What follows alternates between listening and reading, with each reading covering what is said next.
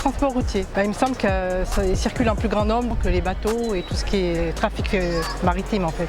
Alors ça serait les voitures, le transport routier? Je pense que ça se vaut. Pour prendre souvent l'autoroute entre Aix et Marseille, un flux de trafic énorme et en même temps les paquebots et les croisières et tout le trafic maritime, je pense que ça joue aussi beaucoup. À mon avis, c'est moitié-moitié. Je vois pas de pollution, c'est des débats qu'à un moment donné c'est bien de les avoir, mais je pense que notre génération à nous, elle était plus polluée qu'aujourd'hui. C'est vrai qu'on ressent vachement la pollution liée au trafic routier puisqu'on y est exposé tous les jours. Moi je sais que dès que je balade au centre-ville, forcément je sens les pots d'échappement, je sens les odeurs d'essence, etc. Je pense qu'effectivement le trafic routier doit avoir une part importante dans la pollution de l'air. Après, je sais aussi que quand je vais balader aux terrasses du port et que j'ai un gros bateau de croisière devant les terrasses, je sens que l'odeur est pas bonne et je me doute que ça a forcément une influence sur la qualité de l'air. C'est les bateaux qui polluent le plus la mer. Mais l'air ambiant à Marseille, c'est les voitures. Pour moi, c'est exactement pareil. Il n'y a pas de différence, que ce soit bateau, ça pollue, voiture, ça pollue, il y a tout qui pollue. À mon avis, c'est le routier, parce qu'il y a plus de véhicules en circulation que de bateaux. Et je parle de bateaux, je parle des bateaux de croisière, c'est pas les petits bateaux qui polluent.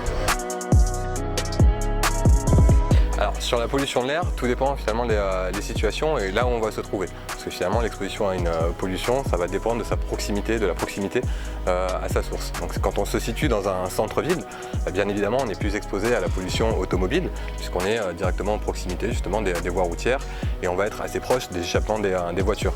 En plus dans une configuration où on va avoir des bâtiments qui vont être élevés, on va favoriser finalement l'accumulation des polluants émis par les voitures et donc on va respirer principalement des polluants issus du trafic routier.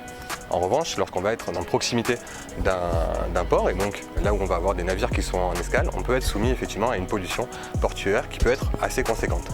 Là par contre la différence entre le trafic automobile et le trafic maritime, c'est que pour le trafic maritime, on va être exposé finalement à des phénomènes de panache. Donc ils vont être assez directionnels et on va être exposé dans un temps très court à des concentrations qui peuvent être très importantes.